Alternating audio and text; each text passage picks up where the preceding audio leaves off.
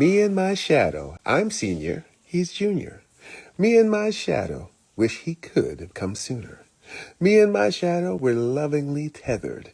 Me and my shadow do everything together. Me and my shadow, one day you'll fill my shoes. God only knows just how much I love you. There's something uniquely disturbing about a man who rewrites his family tree while the roots are still alive. Brian McKnight, once applauded as the voice of love and vulnerability in R&B, now finds himself at the center of a darker narrative, one that isn't sung in melodies or cushioned by harmonies. A man who has committed the ultimate emotional betrayal by seemingly abandoning his own blood. We talk about abandonment. I'm not abandoning them. We are estranged, which happens. At the surface, the facts are simple. Brian has publicly distanced himself from the majority of his biological children. He has dismissed them as entitled, ungrateful, and toxic. He has repeatedly stated that they are no longer a part of his life, by choice. His actions up to this date force us to ask a deeper question. The hell wrong with him? Bestie, you so damn messy. No, for real, what the hell is wrong with him? But before we jump into this tomfoolery, grab your favorite goodies from rrgsnacks.com, like our bacon jerky, butter toffee peanuts, and gummy sour peach rings. To understand Brian's decisions, we have to go far deeper than headlines and Instagram captions. This is a descent into the psyche of a man who may have reached his breaking point long before anyone noticed. Because people don't wake up one day and decide to erase their children. They build up to it, slowly and quietly. Attachment theory offers a clarifying lens into Brian's behavior. According to psychologist John Bowlby, individuals with dismissive, avoidant attachment styles often downplay their need for emotional closeness. They suppress vulnerability, avoid conflict, and idealize independence. They often learned early in life that love is conditional, and sometimes survival means staying disconnected. In adulthood, these traits can evolve into a rigid emotional distance where self-protection becomes the priority over connection. There's a moment in a now infamous Instagram video where Brian addresses his estranged children by saying that my oldest son, Brian, would post that I'm abandoning my children. And the reason why, I suppose, is because I have a new family. And I guess this stems from a post that I made the other day about my son, Jack, who I'm very proud of, which isn't to say I'm not and haven't been proud of my other children, but I was proud of this one for the things that he did that day. We'll get back to that in a second. Anyone who knows me knows that I've been there for my children every step of the way, until recently. And let's be clear, my two sons are 30 and 27. Now, my daughter's about to turn 18. That's another story I'll get to in a second. I've never missed a day of child support. Nigga, please. I've never done anything adverse to my children whatsoever. I've always been there. I've always been there with advice, whether they took it or not. I've always been the sounding board, and I've always been the one that tried to help them achieve whatever dreams they were wanting to reach out for. I guess one of my only faults is that I gave my children everything that I didn't have in the hopes that they would appreciate it, because I know how much I would have appreciated it when I was their age. I would tell you as parents out there, entitling your children is probably one of the worst things you can do, and I know I am guilty of that. Shut the f*** up. But embedded in that statement is the quiet revelation of his currency. He loved through output. And when his adult children asked for something more, like emotional validation, public support, and acknowledgement, he saw it not as a plea for connection, but as a threat. For men with rigid emotional boundaries, this kind of request often feels intolerable. It demands self-reflection, accountability, and vulnerability. And sometimes, when those muscles have never been developed, the only option left is to retreat, not just from the conflict, but from the people who sparked it. Brian calls his marriage to his first wife, Julie, a mistake. He told All Black website that they were 19 when Julie found out she was pregnant. She told him she wasn't going to keep the baby, and Brian said he was relieved. However, he later found out she changed her mind. They got married in 1990 when Brian was 20, and they welcomed two sons, Brian Jr. and Nico. Brian told Oprah Where Are They Now that he was too young to be a husband. In an effort to give others some relationship advice, Brian said, "When you decide to make a commitment to someone, make sure that person has everything you want." Excuse me? Nigga, please. Not him acting like he a 10. Brian, I mean, you was cute-ish, but come on now. It wasn't like you was all there in a bag of chips. Somebody on the internet said we need to go back to calling men ugly again. Some of them that got out of control. Brian, he would be one of them. Nigga. While still married to Julie, Brian got a woman named Patricia Driver pregnant, and she gave birth to a baby girl named Brianna McKnight. Brian and Julie finally got divorced in 2003 after 13 years of marriage. The same year his divorce was finalized, he reportedly moved on with a woman named Annalisa Munkile. 5 years later, he welcomed a daughter named Braylon with a woman named Laura Beth Bowles. Based on Laura's social media posts, Braylon has a close bond with all of her half-siblings. However, we're unsure if she has a relationship with her dad, Brian. In 2010, which was 2 years after Braylon was born and just a couple of months after he and Annalisa got engaged, TMZ uncovered court docs that showed Brian had fathered a baby boy with a woman named Miriam. TMZ did some additional digging and discovered that the child was already 14 years old, which meant the child was conceived while Brian was still married to his first wife, Julie. So yes, that makes 5 children by 4 women. This ninja be sticking his dang-a-lang everywhere. He and Annalisa had their wedding set for July 2nd, 2011, but Brian decided to end things instead. He told Oprah Where Are They Now that at the time of his proposal, he thought it was okay to compromise on some of the things he wanted, thinking that maybe they would come later on. He added he had made enough mistakes in his love life and he wasn't willing to make any more. He met his current wife Leilani in 2012, and they got married in 2017. He told the Montgomery Advisor that although he had been writing love songs his entire life, he didn't know the kind of love he had for Leilani even existed. He said she had everything he ever wanted in a romantic partner. He also admitted that at the age of 46, he was truly in love for the first time. Leilani has offered Brian a clean slate, a home where he didn't have to reckon with the past or be reminded of his failures as a father. She brought him 2 children from her previous relationship, and he embraced them publicly, warmly, and consistently, spoiling them with expensive gifts, his time, and his affection. In his own words, they were a dream come true. With them, he could perform fatherhood without the baggage. Jack, my son, when your mom brought you into my life, you were just 11 years old. I really didn't know what to expect or what our father and son relationship would become. And now my oldest son has graduated from college today, and you and I are living proof that a real father-son relationship isn't only limited to biology. I cried at your middle school graduation, I cried at your high school graduation, but this ceremony today was an epic waterworks display.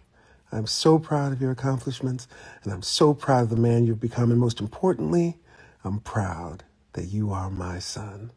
Congratulations, my boy. I love you so much. It's not uncommon for people with unresolved issues to idealize second chances. The fantasy of doing it all over again, but this time being allowed to do it better. And in this fantasy, the original children become reminders of imperfection and regret.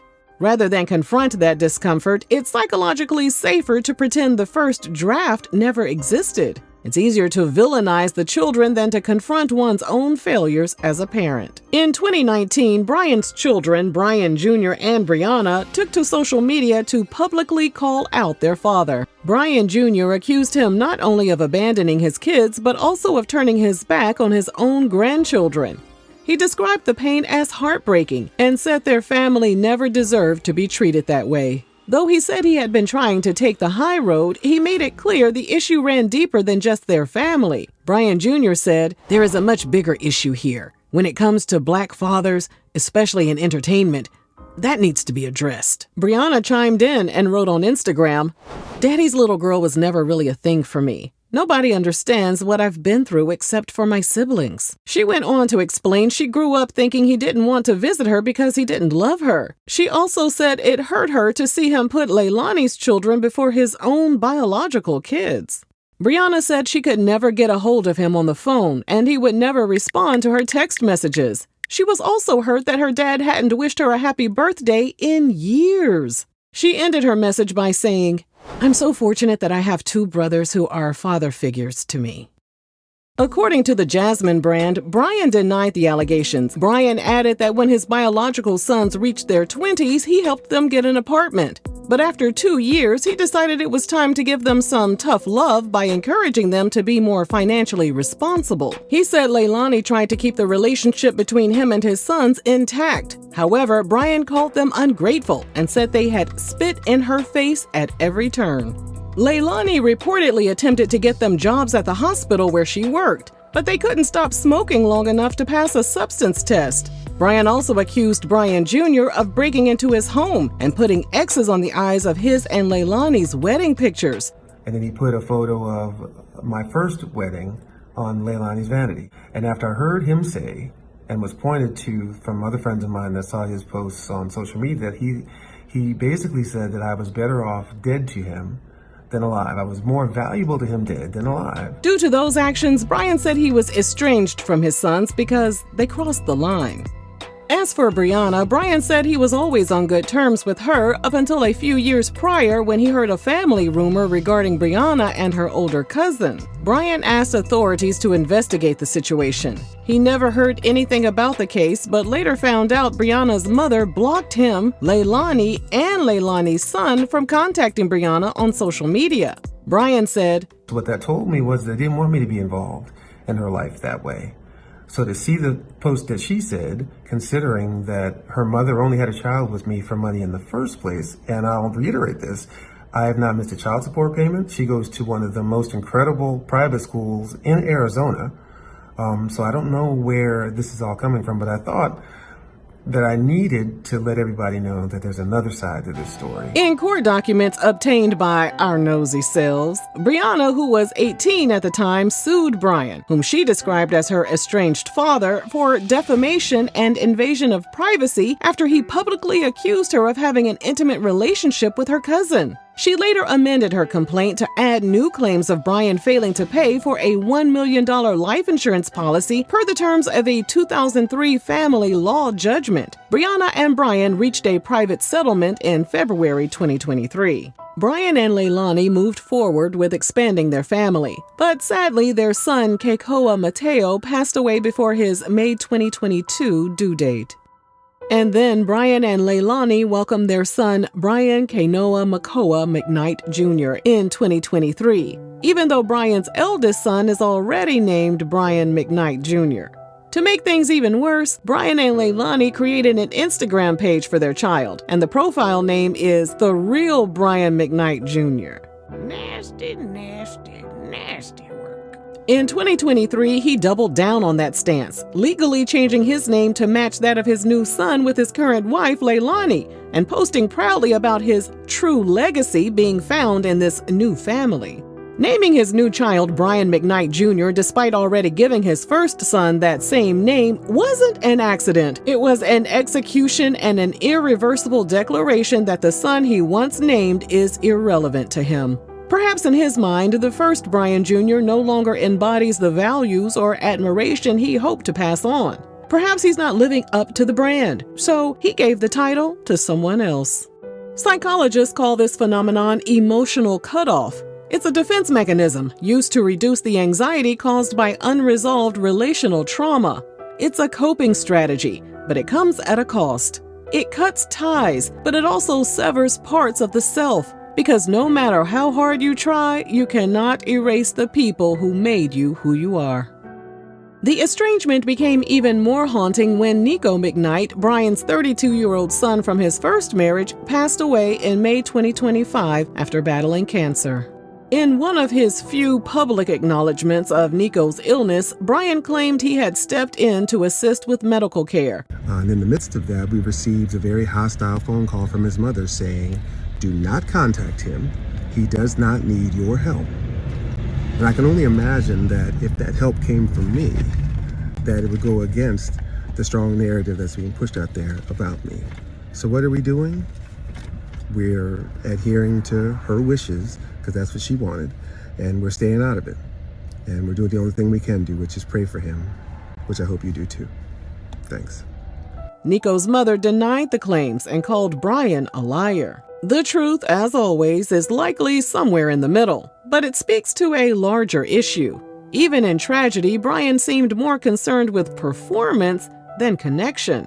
He wanted the credit, not the closeness. To grieve a child you were estranged from is its own particular kind of hell.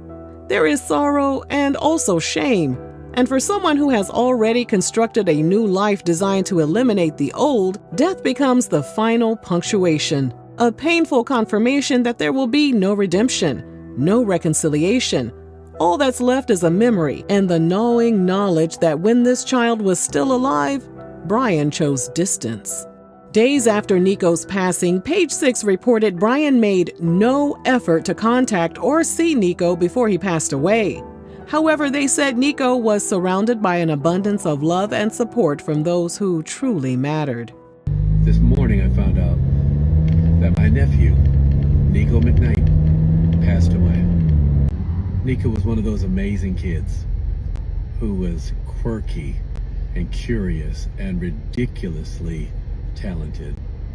Amazing singer, an amazing guitar player, had a great eye, was a photographer.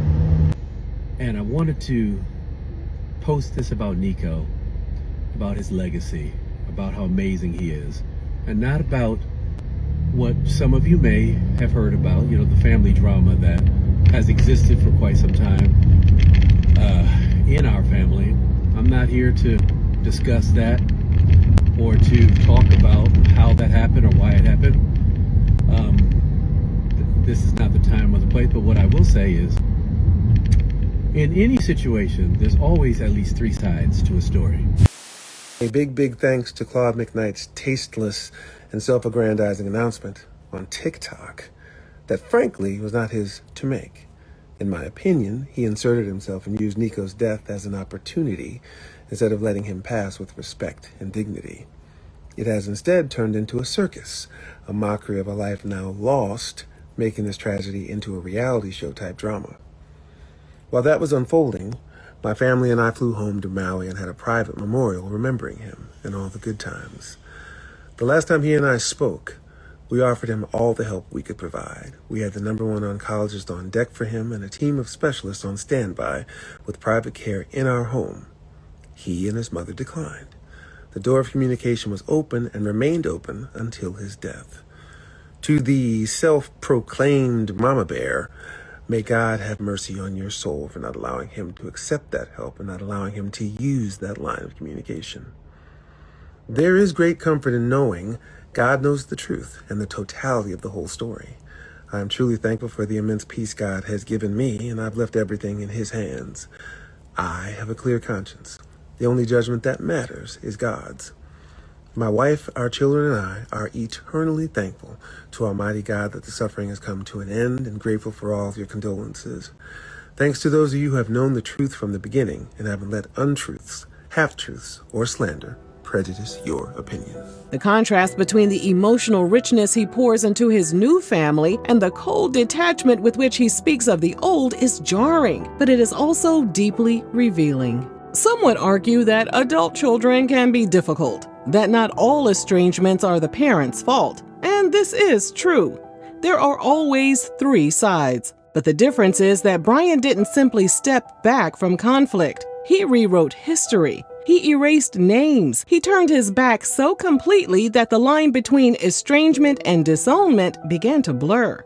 Psychologically, this is known as splitting, the unconscious tendency to view people as all good or all bad with no nuance. They idealize the people who reflect their fantasy and demonize those who challenge it. In this case, Leilani and her children became the good family because they were obedient, loyal, and grateful. Brian's older biological children, who had their own pain, their own voices, and their own truths, became the bad ones because he saw them as ungrateful and disrespectful. This kind of binary thinking is common in people with unresolved narcissistic traits. Not necessarily narcissistic personality disorder, but the wound underneath it, the fear of being seen as a failure, the fear of being unloved, The fear that deep down you're not good enough. And so you overcorrect. You build a new narrative. You call it peace, and you share it on Instagram over and over and over again. As Brian moves on with his new family, his older children have to watch it all play out online, and we can't even imagine how they feel. The public may never know the full truth behind the McKnight family unraveling. We only see fragments. But beneath those pieces is a chilling portrait of a man who chose reinvention over reconciliation, silence over accountability, and symbolism over substance. In the end, Brian stopped being a father, not because he had no love left to give, but because he chose to give it elsewhere. And what's left behind is a legacy that no album can redeem, a story that no Grammy can overshadow, a tragedy where the music fades, the lights dim, and the children are left to carry the silence. Because the most terrifying part of this story isn't that Brian abandoned his children. It's that he did it so coldly. And in that emptiness lies the darkest truth of all. Some people don't just bury their children when they pass away. They bury them while they're still breathing.